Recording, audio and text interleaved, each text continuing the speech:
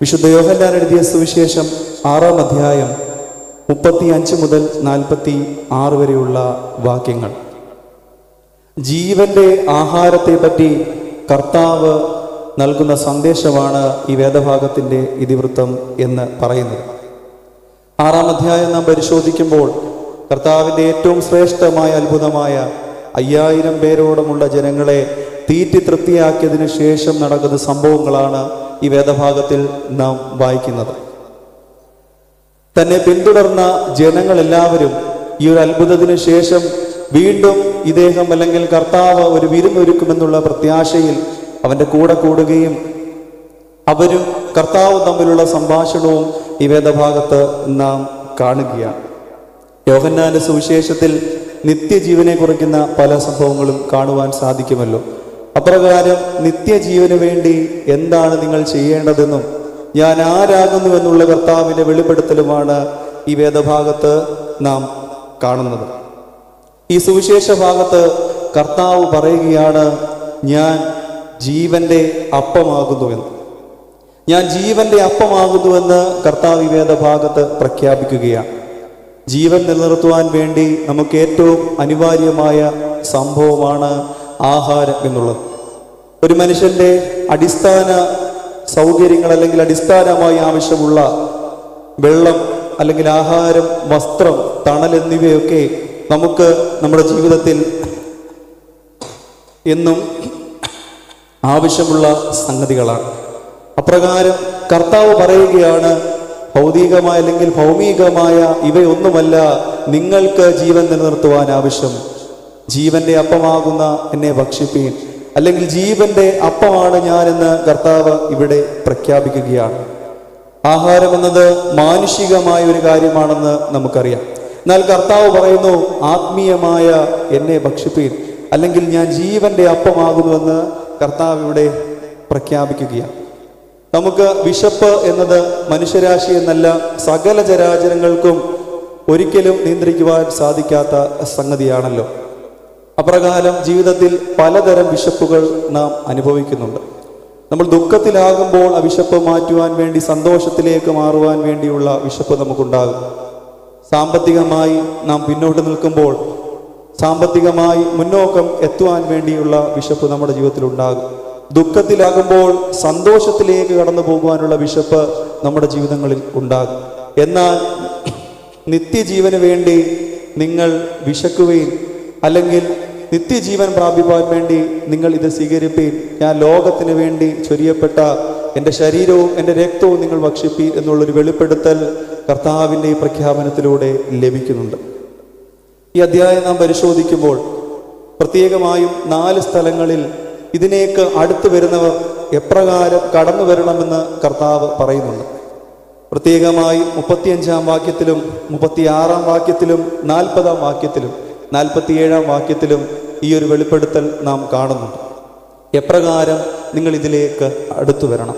ഒറ്റ വാക്ക് മാത്രമേ ഉള്ളൂ, വിശ്വാസത്തോടെ കടന്നു വരിക. ഈ 4 ഭാഗങ്ങളിലും വിശ്വാസത്തോടെ കടന്നു വരിക എന്നൊരു പ്രഖ്യാപനം നാം കാണുന്നുണ്ട്.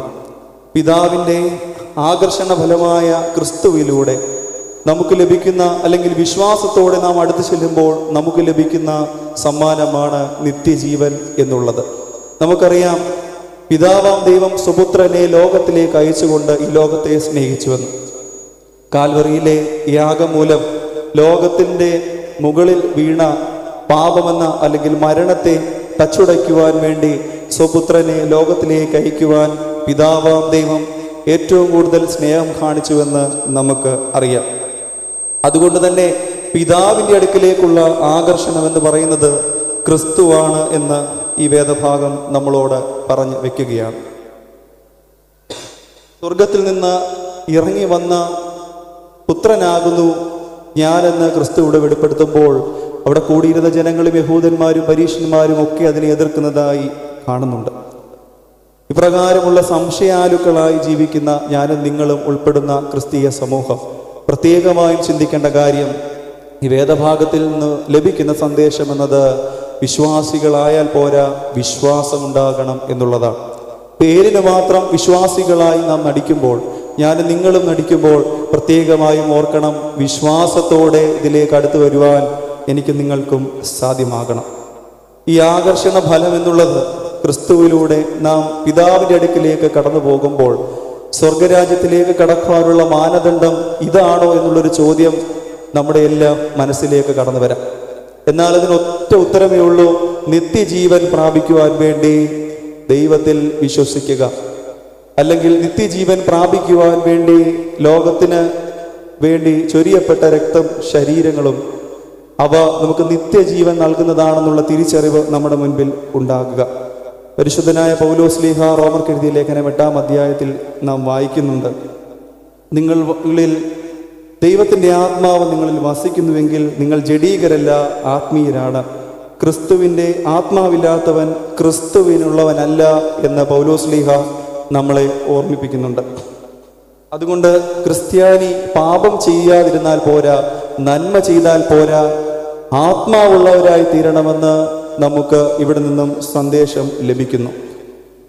വിശ്വാസപരമായി നാം ഉയർച്ചയിലെത്തണമെങ്കിൽ സഭ നമുക്കായി കൽപ്പിച്ചിരിക്കുന്ന നോമ്പുകളും നമസ്കാരങ്ങളും ഉപവാസങ്ങളും ഒക്കെ പൂർത്തീകരിച്ചാൽ നിത്യജീവനിലേക്കുള്ള വഴി നമുക്ക് തുറക്കപ്പെടും എന്ന് നാം ചിന്തിക്കേണ്ട സംഗതിയാണ്.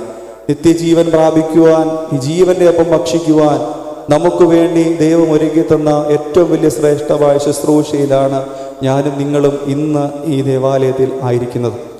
എത്രയോ വലിയ സൗഭാഗ്യമാണ് നമ്മൾക്ക് വേണ്ടി ഒരുക്കപ്പെട്ടിരിക്കുന്നത് എന്ന് ഓർക്കണം.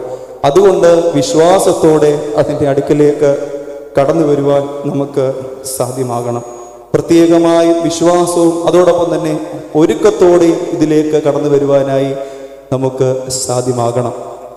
കുർബാനയുടെ ഗീതങ്ങളിൽ നാം പാടുന്നത് പോലെ കർത്താവിൻ്റെ രക്തശരീരങ്ങൾ കൈക്കൊണ്ട് ഭക്തരായി മരിച്ചോർ കരുണമേ നല്ലോർമ്മ എന്ന് നാം പാടുന്നുണ്ട്. മരിച്ചുപോയവരും ജീവനുള്ളവരെയും കർത്താവ് വിധിപ്പാനായി കടന്നു വരുമ്പോൾ വിശ്വാസത്തോടെ കാണുന്ന ദാസന്മാർ ഭാഗ്യവാന്മാർ എന്ന് പറയുന്നത് പോലെ നിത്യജീവനിലേക്കുള്ള യാത്രയിൽ വിശ്വസ്തയോടെ ദൈവത്തിലുള്ള വിശ്വാസത്തിലൂടെ ഒരുക്കത്തിലൂടെ ജീവന്റെ അപ്പത്തെ ഭക്ഷിക്കുവാൻ എനിക്കും നിങ്ങൾക്കും പ്രത്യേകമായും സാധ്യമാകണം. ഒരുക്കത്തോടെ വിശ്വാസത്തോടെ ഇതിൻ്റെ അടുക്കിലേക്ക് കടന്നു ചെല്ലുമ്പോൾ ഈ യാത്ര, ഈ ക്രിസ്തീയ യാത്ര ഏറ്റവും അനുഗ്രഹീതമായിരിക്കുമെന്ന് നാം ഓർക്കണം. അതിനുവേണ്ടിയുള്ള വഴി നമ്മുടെ മുൻപിൽ കർത്താവ് യേശു ക്രിസ്തു തുറന്നിട്ടിരിക്കുന്നു എന്ന് നാം ഓർക്കണം.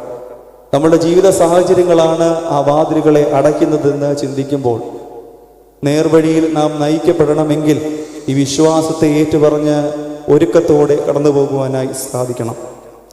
ഭൂമിയിൽ സകലവും മരിക്കപ്പെടും അല്ലെങ്കിൽ നശിക്കപ്പെടും എന്ന് നമുക്കറിയാം. നിത്യജീവനിങ്കൽ സകലവും പുതുസൃഷ്ടിയായി മാറുന്നത് പോലെ നമുക്കേവർക്കും വിശ്വാസത്തിൽ ഉറച്ചു നിന്നുകൊണ്ട് ജീവന്റെ രക്ഷാകരമായ കാസായി ഭക്ഷിക്കുവാൻ ഇടയാകണം. പിതാവിലേക്കുള്ള ആകർഷണ ഫലമായ ക്രിസ്തുവിൽ ഉറച്ചു നിന്നുകൊണ്ട്, വിശ്വാസത്തിൽ ഉറച്ചു നിന്ന് ഒരുക്കത്തോടെ ഇതിലേക്ക് നാം സംബന്ധിക്കുമ്പോൾ ശ്രേഷ്ഠമായ ക്രിസ്തീയ ജീവിതം നമുക്ക് നമ്മുടെ ലക്ഷ്യത്തിലേക്ക് എത്തിച്ചേർക്കുവാനായി സാധ്യമാകും. പരിശുദ്ധമായ ഒരു നോമ്പിലേക്ക് സഭ കടക്കുകയാണല്ലോ. പരിശുദ്ധ ശ്ലീഹന്മാരെ പോലെ വിശ്വാസത്തിൽ ഉറച്ചു നിന്നുകൊണ്ട് ഒരുക്കത്തോടെ ജീവന്റെ വഴിയിലേക്ക് നമ്മളെ നയിക്കുന്ന അനേകം ഉദാഹരണങ്ങൾ നമ്മുടെ മുൻപിലുണ്ട്. അതുകൊണ്ട് തന്നെ അവരെ പോലെ ക്രിസ്തുവിലേക്ക് ആകർഷിക്കപ്പെടുവാൻ, മറ്റുള്ളവർക്ക് നമ്മുടെ ജീവിതം കൊണ്ട് ആകർഷിക്കപ്പെടുവാനായിട്ട് ഈ ജീവിതം ഇടയാക്കട്ടെ എന്ന് ആശംസിക്കുകയും പ്രാർത്ഥിക്കുകയും ചെയ്തുകൊണ്ട് എൻ്റെ വാക്കുകൾ നിർത്തുന്നു. ദൈവം നിങ്ങളെല്ലാവരെയും വാഴ്ത്തി അനുഗ്രഹിക്കട്ടെ.